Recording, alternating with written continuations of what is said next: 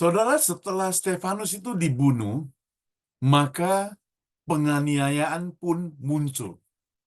Jemaat Tuhan dianiaya. Pada waktu itu, orang-orang percaya tersebar. Mereka itu pergi kemana-mana. Dan tersebutlah seorang yang bernama Filipus. Dia ke Samaria. Nah, kalau kita perhatikan Filipus, saudara, Filipus itu adalah salah satu dari 7 diaken yang pertama dipilih untuk melayani di Yerusalem.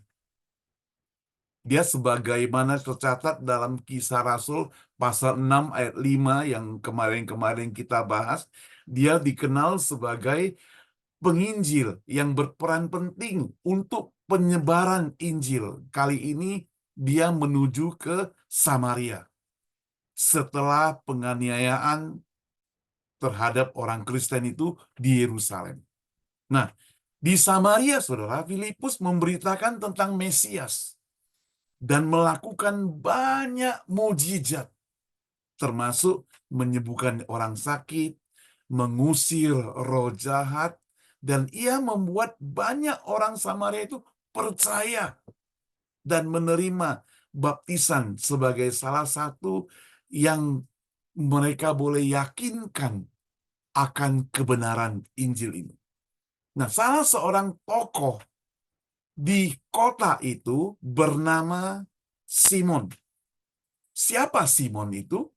Simon itu seorang penyihir.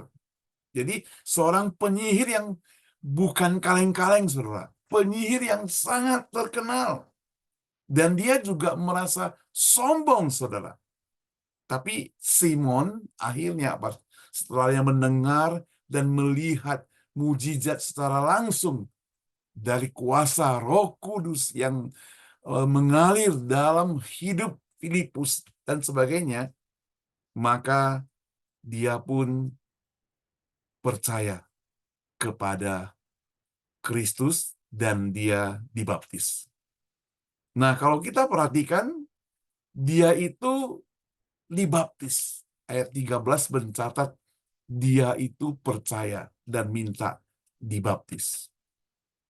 Nah, Simon yang sudah percaya dan dibaptis setelah melihat mujizat yang dilakukan Filipus, meskipun ia mencoba, saudara, dia itu mencoba untuk membeli kuasa Roh Kudus dari Rasul. Marahlah pada waktu itu Petrus, ya. Nanti kita akan lihat, saudara. Jadi Filipus itu memain peranan sangat penting membuka jalan penyebaran Injil diaspora terhadap orang-orang Samaria. Yang sebelumnya Samaria itu disebut sebagai orang kelas 2 bagi orang Yahudi. Samaria itu disebut sebagai orang yang perkawinan campuran, keturunan pada diri dianggap setengah Yahudi, setengah Samaria. Gak diakui lah pokoknya. Tapi Injil, kasih Tuhan tidak pandang bulu. Kepada siapa saja akan disebarkan. Karena keselamatan, saudara, bukan hanya berlaku bagi orang Yahudi. Keselamatan bukan berlaku bagi orang kaya. Keselamatan bukan hanya berlaku bagi orang berpendidikan, termasuk orang yang miskin, orang yang papa, orang yang tidak berpendidikan, orang yang tidak punya kuasa, orang yang dianggap rendah. Itu boleh menerima kasih daripada Kristus. Ingat cerita Sakius, pemungut cukai, orang yang dihina, orang yang dibenci, orang yang dianggap sampah. Dia pun boleh percaya pada Yesus. Yesus katakan, "Hai Sakius, turunlah, aku ini loh. Aku mau tinggal di rumahmu." Jadi, Filipus kalau ke Samaria, dia memainkan peranan penting. Yesus juga pernah pergi ke Samaria juga bukan? Nah, setelah itu waktu itu, saudara, ya. Nah, saudara yang saya kasihi Tuhan, kalau kita perhatikan lagi, saudara, apa yang dilakukan terhadap Simon? Ya, kalau kita lihat lagi, saudara, setelah ada kabar, sudah banyak orang yang percaya di kota Samaria, maka dikirim lagi Petrus. Maka berangkatlah Petrus dan Yohanes dari Yerusalem ke sana. Setibanya mereka di Samaria, mereka berdoa agar orang-orang Samaria juga boleh menerima Roh Kudus. Dia menumpangkan tangan atas mereka sehingga mereka menerima Roh Kudus. Saudara yang saya kasih Tuhan, tetapi terjadi hal yang tidak menyenangkan. Petrus marah. Apa yang dia bisa katakan, apa yang bisa dia lakukan dengan kemarahan itu? Apa alasannya? Kok tiba-tiba dia marah? Ternyata hamba Tuhan itu boleh marah, saudara. Kalau melihat ada hal-hal yang aneh, hal-hal yang sangat-sangat menyesatkan daripada jemaatnya. Pertama, mengapa Petrus marah? Pertama, motivasinya salah. Simon ingin membeli kuasa Roh Kudus dengan uang. Dia ingin menunjukkan bahwa dia itu tidak memahami, tapi sok-sok ambil uang, mau dibeli Roh Kudus itu. Maka dia serahkan uang kepada Petrus. Petrus marah. Petrus ingin katakan bahwa Roh Kudus itu tidak bisa dibeli. Bukan dengan dibeli. Harus dengan iman. Percaya sungguh-sungguh. Yang kedua, hati yang tidak lurus daripada Simon itu terbongkar. Petrus melihat ada hati yang tidak baik, ada pemikiran yang tidak baik daripada Simon di hadapan Allah. Dia itu kan dulu sebagai tukang sihir. Dia sudah terbiasa. Apa yang dia lakukan, kalau dikatakan sebagai tanda-tanda heran yang dia lakukan, dia bisa dapat untung. Dia pikir juga nanti kalau dia sudah menerima Roh Kudus, seakan-akan dia juga bisa lakukan lagi sekarang ini. Ini merupakan kesalahan yang tidak tulus, ya. Jadi hatinya penuh dengan motivasi yang salah, ya. Kemudian tidak tulus, ada kepahitan. Yang ketiga, dia salah paham tentang kasih karunia Allah. Sekali lagi, Simon menganggap bahwa karunia Roh Kudus sebagai sesuatu yang bisa diperdagangkan. Hukum ekonomi. Dia menunjukkan satu pemahaman yang sangat dangkal dari seorang pengikut Kristus. Kita harus ingat, saudara, kalau saudara dan saya mengaku sebagai pengikut Tuhan, maka ikut Tuhan itu bukan seperti cara manusia untuk cuan, untuk dapat untung, bukan. Percaya Tuhan Yesus bukan untuk cuan. Percaya Tuhan Yesus dapat keselamatan, benar. Cuan itu kan masalah dunia. Dapat hasil kan masalah dunia. Boleh nggak saya berdoa supaya sukses dalam usaha dan kaya? Boleh. Tapi ingat, saudara, segala yang kita miliki, kekayaan kita, semuanya itu adalah milik Tuhan yang Tuhan titipkan pada kita. Maka dalam doa yang diajarkan oleh Tuhan Yesus, berikanlah kami pada hari ini makanan kami yang secukupnya, yang artinya saudara, terimalah setiap hari secukupnya. Kalau lebih, itu berarti titipan, itu milik orang lain, yang saudara dan saya harus mempergunakan dengan sebaik-baiknya untuk kebutuhan orang lain, untuk menolong orang lain.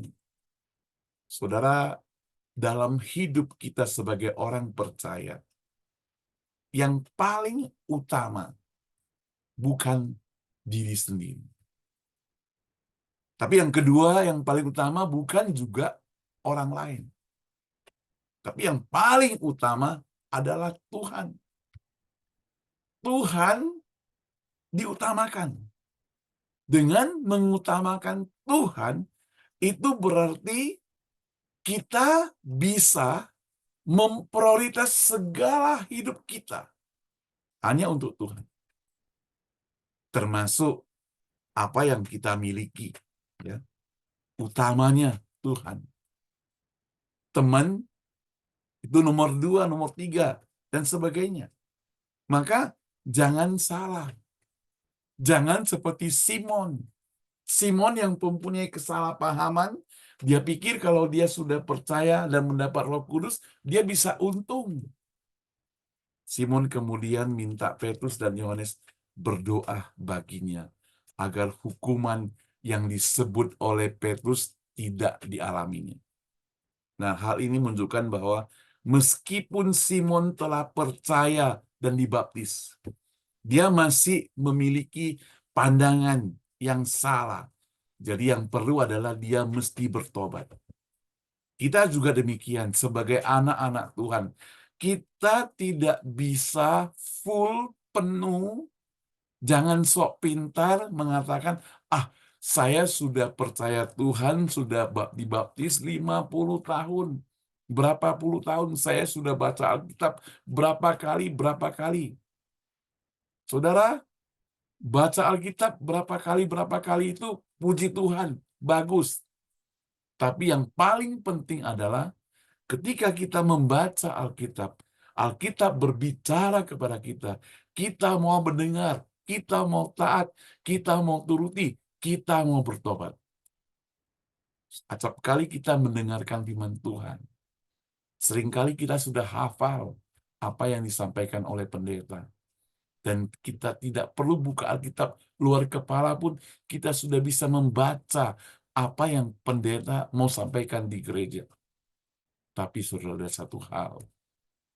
Hati kita itu, hidup kita mesti diubah, diperbaharui. Bukan masalah berapa kali engkau baca Alkitab dan saya baca Alkitab. Sebanyak-banyaknya kita baca firman Tuhan. Kalau praktek hidup kita masih tidak sesuai dengan firman Tuhan, nggak ada gunanya. Tidak ada gunanya. Lebih baik belum pernah baca selesai. Tapi saudara bisa hidup sesuai dengan firman Tuhan. Maka ini penting, saudara. Simon buktinya sudah dibaptis, ikut bersama rasul, tapi belum memahami. Kita perlu berdoa supaya Tuhan memberikan kepada kita kekuatan, waktu, pembagian waktu yang sebaik-baiknya, pemahaman tentang firman Tuhan. Supaya apa? Supaya kita bisa memprioritaskan Tuhan di tempat yang paling utama dalam hidup kita. Orang yang memprioritaskan Tuhan sebagai tempat yang utama, maka dia akan taat pada firman Tuhan. Firman Tuhan katakan jangan mencuri, dia tidak mencuri. Jangan berzina, dia tidak berzina. Ingat dan kuduskanlah hari Sabat. Dia akan menguduskan hari Sabat. Hari Minggu dia spesial. Menyediakan waktu untuk Tuhan. Bila perlu, dia akan tinggalkan hal yang lain untuk Tuhan. Firman Tuhan juga mengajarkan kita, hormatilah orang tuamu. Hari ini kalau engkau ngaku sebagai orang percaya, orang Kristen, yang masih benci pada orang tuamu, masih tidak tidak ingat pada orang tuamu, ataupun tidak bisa mengampuni orang tuamu, bertobatlah. Jangan sebut kamu umat Tuhan. Jangan sebut kamu itu orang percaya. Jangan sebut kamu itu pengikut Kristus kalau kamu untuk mengampuni orang tuamu saja tidak bisa. Kiranya firman Tuhan yang sangat tegas ini boleh menjadikan hidup kita ini diperbaharui. Petrus menegur Simon begitu keras, saudara. Apa katanya? Ayat 20, saudara. Nanti baca di rumah ya, peringatannya. Tetapi Petrus berkata, binasalah kiranya uangmu itu bersama dengan engkau, karena engkau menyangka bahwa engkau dapat membeli karunia Allah dengan uang. Kesalahpahaman kita akan kuasa Tuhan. Kita pikir kita bisa dapatkan semuanya itu dengan uang. Harta kita, padahal uang itu ya milik Tuhan. Bisa binasa, saudara.